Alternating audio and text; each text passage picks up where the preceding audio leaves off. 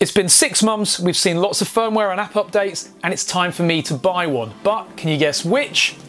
Well, I chose the...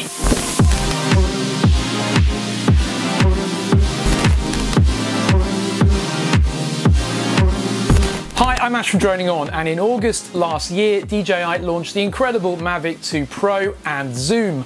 And lots of you have been having to scratch your heads and make a decision over which to buy. It's great that DJI gave us this choice because they could have just released one and then released the other further down the line to try and cash in, but actually they launched both at the same time, and they really are two slightly different cameras for different purposes. Now, whilst the features of the mechanical zoom will appeal to some, the 1-inch Hasselblad sensor will appeal to others, and that's the hint. I actually went for the Mavic 2 Pro in the end, and there are a few good reasons why. Now, hopefully before you guys buy drones, you look at channel reviews such as mine, and I did exactly the same. Some of the best Mavic 2 comparison videos that I've seen so far are courtesy of Ed Ricker, and this is a shout out for you, Ed. Absolutely brilliant content, and actually it's thanks to your comparison videos that helped me to make up my mind on which to buy. Now, just also to clarify, I don't own both the Pro and the Zoom. I only own the Pro, but also just to add, this is not a sponsored review. I paid for that Mavic 2 Pro with my own money. I do have a confession, however. DJI sent me the smart controller a while ago.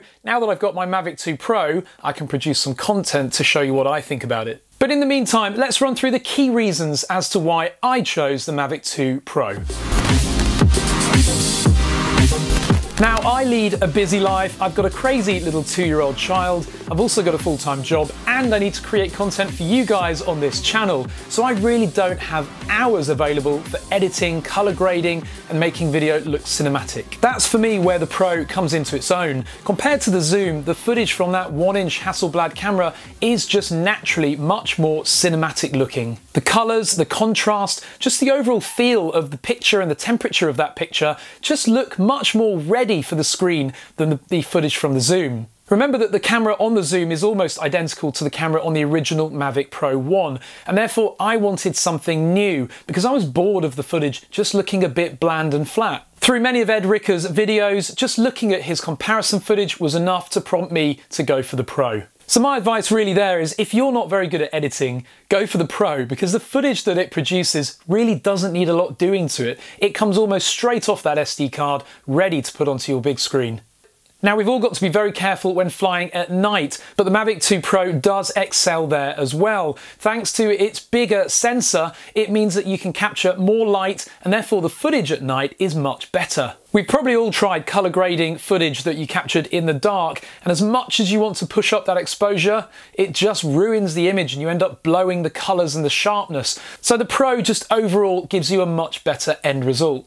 Again, massive thanks to Ed Ricker for his comparison footage here. Links, by the way, to his full videos are in the video description, so please do take a look. But again, his footage here in the car park and also over the city at night really demonstrates that. But just another disclaimer, please be very, very careful when flying at night and ensure that you're not in any controlled airspace.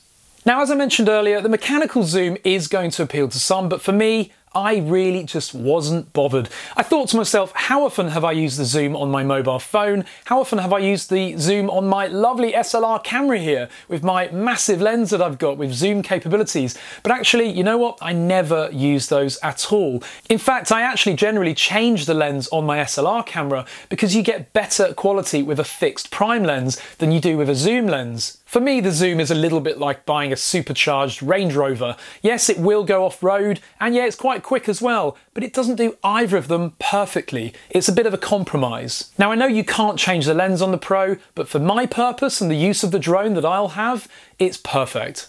And finally, yeah, I got suckered into the marketing ploy. I wanted a drone with a Hasselblad camera. It's also got a 1-inch sensor. Now, who wouldn't want that on a drone? But ultimately, it is going to be perfect for my use, but I appreciate for some, you may not use the capabilities of that camera with its more advanced controls than the zoom.